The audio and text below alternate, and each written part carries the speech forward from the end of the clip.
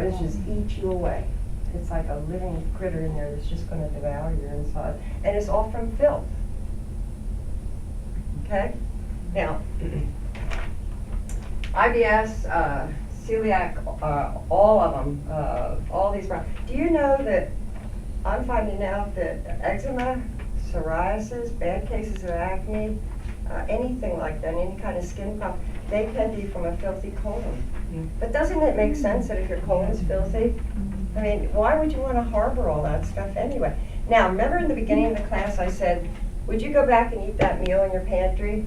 No one said anything. No one said no. No one said yes. Would you? No. Now that you know. Well, why are you doing it to your system? You follow me? That's what you're feeding your body. If you don't go toity, all that stuff. Now you understand. Toity, kids, babies. But seriously, that's what is being absorbed into your body. All that rot, can you imagine? Now, the horrors of it all is eventually some of this will leak all that awful stuff. I don't know, nice word to use. Anybody got a good word for it? Waste? Yeah. Anyway, any of that will start going through the intestinal wall. It's so putrid in here, it'll start breaking. Guess where it goes? It goes back into your blood system, and that goes all through the liver. Now you have floating around in your blood system, picture all this, or your little T cells in there, your blood cells, your white blood cells. They're there, uh-oh, we got some invaders, and off they go. They're like little soldiers. And they start going after all this bad stuff floating around in the blood, all right? And they're doing their very darnest for you folks. But finally they get burnt out and they get so frantic, they start devouring their good cells too, and that's autoimmune. And it's all close to this. Isn't that awful? I think that the probiotics I probably won't be around to see it, but I wouldn't be surprised in the future, in fact, that it won't be the miracle drug. What do you think, Claire? I think you'll find that. Do you know it'll kill staph? Do you know it'll kill SARS, MRSAs? Probiotics, they kill everything. How long do you stay on them? Forever? I stay on them forever. Okay. Because I don't know if I'm going to buy some great organic food and be some little critter hanging around there going, this is going to be fun. So rather than even go there, I just stay on them. And they make all kinds of difference. They truly do. Now, getting back to parasite and worms and horrible things like that, if you can keep your body balanced with good probiotics and everything working the way it's supposed to, you won't have parasites. Besides, there are a lot of vitamins and minerals, or food enzymes that I believe may even destroy them. Because aren't they protein? Yes, they are. So if they're protein, why not take protease and devour and get rid of them, dissolve them? But your probiotics, if you can stay balanced, you don't have to worry about that. You can go outside and be around anybody that's sick. And if your immune system is at peak, you will get sick. There will be no room in your body to get sick.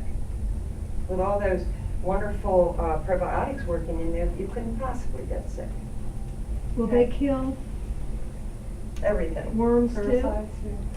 Well, if you have a bad infestation of worms, it's coming from something you're either eating or you have something really dreadful going on in here.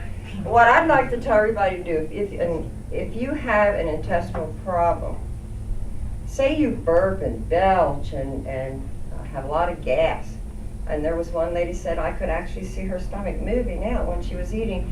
If you have those kind of problems, then you've got to clean your colon. Get on fiber, lots of good fiber. Every day, fiber.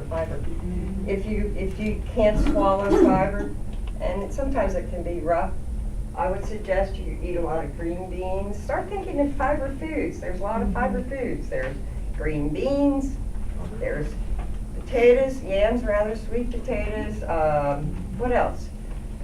Pears, carrots, celery, pardon? Strawberries. Yeah.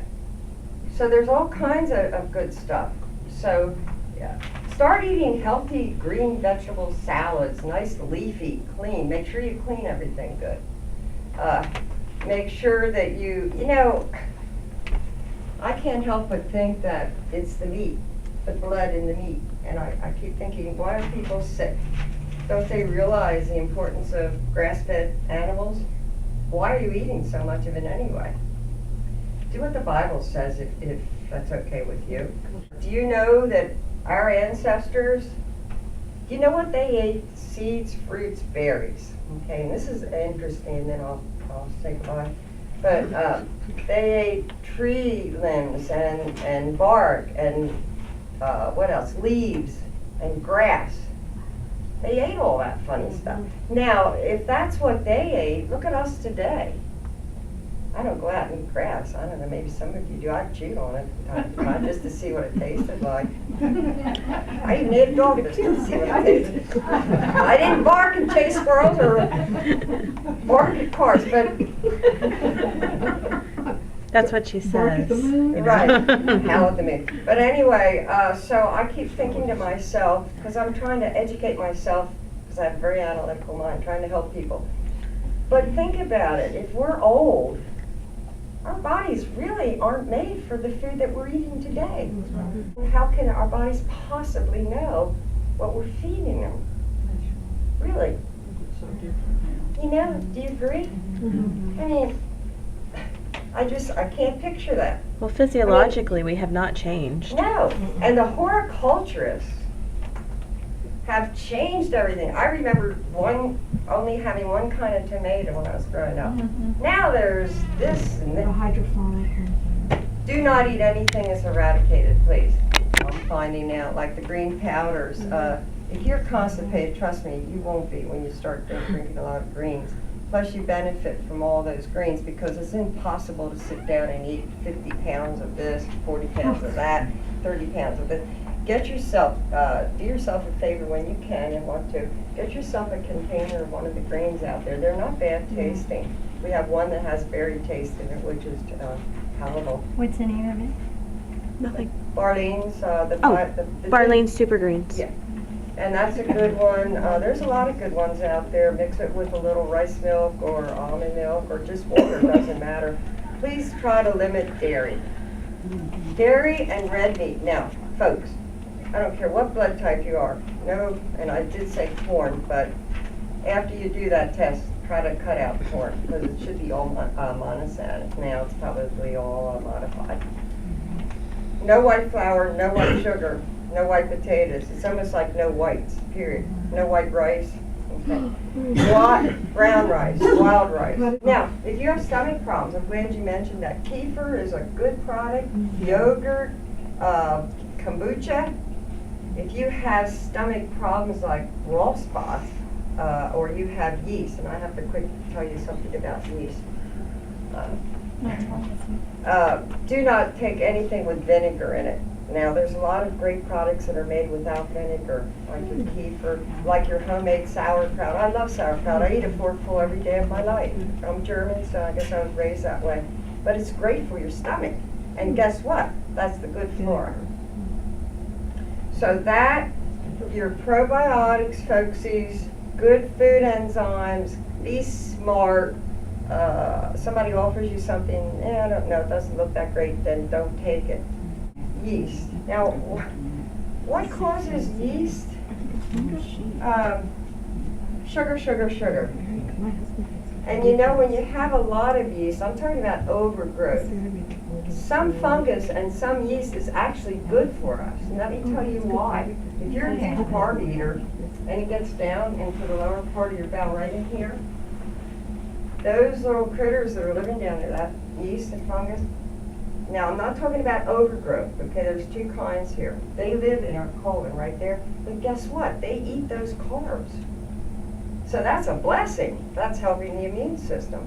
Because anything that's not broken down and really yucky and we want out is going through your blood system. So that's actually a blessing. What is it, a yeast? Yeah. Is it? Okay. But that's just the good, that's not the overgrowth. Right. After a while, if it gets out of hand, Then you're. then you're in trouble. So that's where probiotics come in. Yes.